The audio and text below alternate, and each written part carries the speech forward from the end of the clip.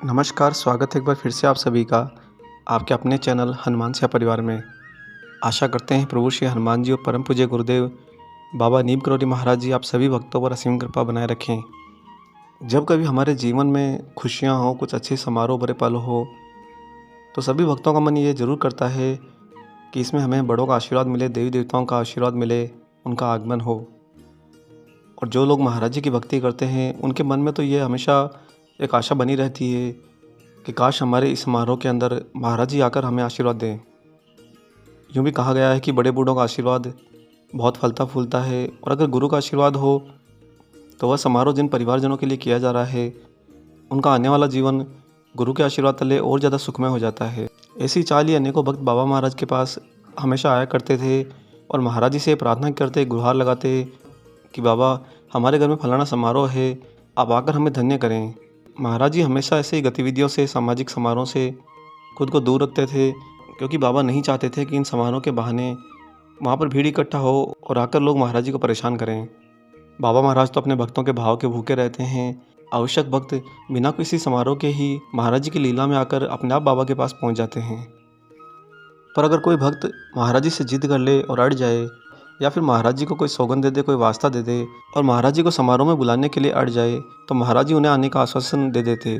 बाबा से आश्वासन मिलने के बाद भक्त की खुशी का ठिकाना नहीं रहता, क्योंकि भक्त को ज्ञात रहता है कि महाराज जी के मुख से निकले शब्द अटल होते हैं, और बाबा ने अगर आने का वचन दिया है तो महाराज जी वचन निभाएंगे।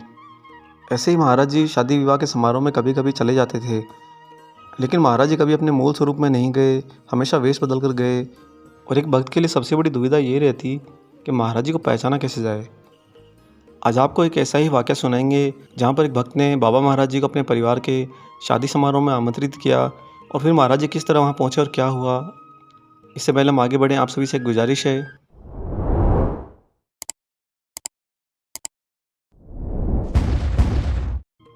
आइए ले चलते हैं आपको बिना देरी करे महाराज जी के इस अद्भुत लीला प्रसंग पर। दोस्तों, एक बार बाबा ने एक भक्त के बहुत आग्रह पर उनके लड़के की शादी में उपस्थित रहने का वादा कर दिया। जब बाबा से उस भक्त को वादा मिल गया तो वो भक्त तो फूला नहीं समाया। उसने घर आकर सबको बताया कि हमारे लड़के की शादी में महाराज जी आने वाले हैं, और इसी चहक के अंदर उस भक्त ने बाबा के स्वागत का विशेष प्रबंध कर दिया। साथ ही उस भक्त ने आसपास के घरों में, रिश्तेदारों में सबको कहलवा भेजा कि हमारे यहाँ पर परम पूज्य बाबा नीम करौरी आने वाले हैं, अतः जिसको आशीर्वाद लेना हो, दर्शन करने हो, वह सभी लोग पधारें। कहीं ना कहीं उस भक्त के मन में यह भी मंशा थी कि महाराज जी के बहाने उनकी शादी में आगंतुकों की भीड़ अच्छी खासी आ जाएगी, और शायद उसे सामाजिक दृष्टि से ऊंचा आंका जाएगा। शादी के दिन सुबह से ही वो भक्त स्वयं सारे कार्यों की निगरानी कर रहा था और ध्यान दे रहा था कि कहीं भी किसी चीज़ के अंदर अशुद्धता ना हो जाए, क्योंकि महाराज जी पधार रहे हैं, अतः पवित्रता का पूरा ध्यान रखा जाए। और साथ ही पूरे दिन भर बार बार वह भक्त द्वार की ओर जाता, ये देखने के लिए कि क्या महाराज जी आ रहे हैं या कोई बाबा का समाचार लेकर आया हो। साथ ही उस भक्त ने सभी को यह भी हिदायत दी थी कि समारोह में कोई भी भिखारी या निम्न स्तर का मनुष्य न आ जाए, इसका पूरा ध्यान रखा जाए। संध्या को लगभग 4 बजे के आसपास जब वह भक्त द्वार की ओर महाराज जी को देखने जा रहा था, तभी उसने पाया कि एक भिखारी उनके समारोह में बहुत ही गंदी स्थिति के अंदर घूम रहा है। उसे देखकर भक्त का पारा चढ़ गया। उसने वहाँ उपस्थित लड़कों को डांटा कि तुम लोगों ने इस भिखारी को अंदर कैसे घुसने दिया, कितना फटे हाल है, इसे जो चाहिए, भोजन चाहिए, कपड़े चाहिए, देकर इसको द्वार से ही भगाओ। परंतु वह भिखारी दिखने में जितना वृद्ध और दुर्बल प्रतीत हो रहा था, उतनी ज़्यादा उसके आत्मबल में फुर्ती थी। वह पूरे घर में कुछ इस तरह से घूम रहा था मानो घर का चप्पा चप्पा जानता हो और वह यहीं का निवासी हो। यह बात उस भक्त को बड़ा ही हैरतअंगेज कर रही थी। एक तरफ उसके मन में महाराज जी के इंतजार में कटते पल उसे परेशान कर रहे थे, और दूसरी तरफ ऐसे भिखारी का घर में घुस आना उसे बड़ा ही असहज कर रहा था। जब उसने देखा कि भिखारी किसी का कहना नहीं मान रहा है, तो ये देखकर वह मेज़बान महोदय को क्रोध आ गया, और उन्होंने साधु को फटकार लगाते हुए हाथ पकड़कर वहाँ से दरवाजे के बाहर निकाल दिया। निश्चित समारोह अपनी गतिविधि के हिसाब से चलता रहा और रात्रि तक विवाह पूर्ण हो गया, परंतु महाराज जी नहीं आए। भक्त को लगा कि शायद बाबा अपनी बात से मुकर गए हैं, अथवा मन ही मन बहुत दुखी हुआ। इस विवाह की घटना के कई दिनों बाद जब एक बार बाबा के दर्शन करने के लिए वह कैंची धाम गया, तो उसने वहां जाकर महाराज जी से शिकायत करी। जाते ही उसने बाबा का हाथ जोड़कर कहा कि बाबा, मैंने तो आपके लिए सुबह से लेकर शाम तक समारोह में विशेष तैयारियां करके रखी। बहुत से आगंतुक आपका इंतजार कर रहे थे और सब आपका आशीर्वाद लेना चाहते थे, परंतु आप तो बोलकर भी नहीं आए।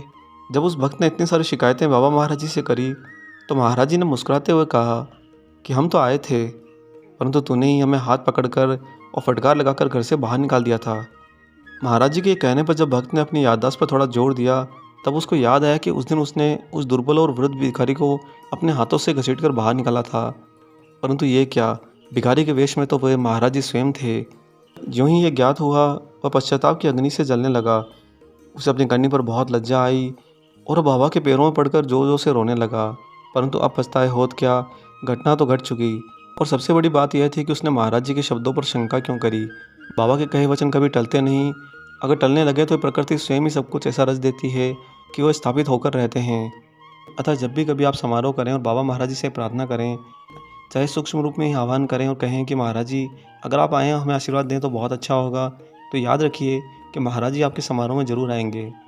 चाहे आपका समारोह छोटा हो या बड़ा हो, बाबा महाराज वहाँ पर किसी न किसी रूप में, अगर मनुष्य रूप में नहीं आए तो पशु पक्षी रूप में ही आ जाएंगे, लेकिन बाबा वहाँ आकर अपना गुरु भाव अवश्य निभाएंगे। ये तो सब कुछ भक्त पर रहता है कि वह अपने अहम को त्याग करे और अपने गुरु को पहचाने।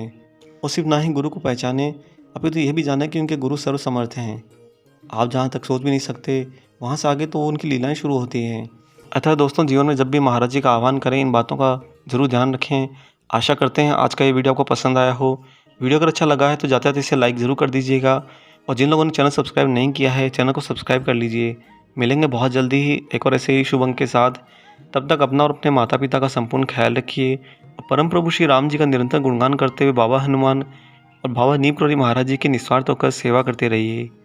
जय सिया राम।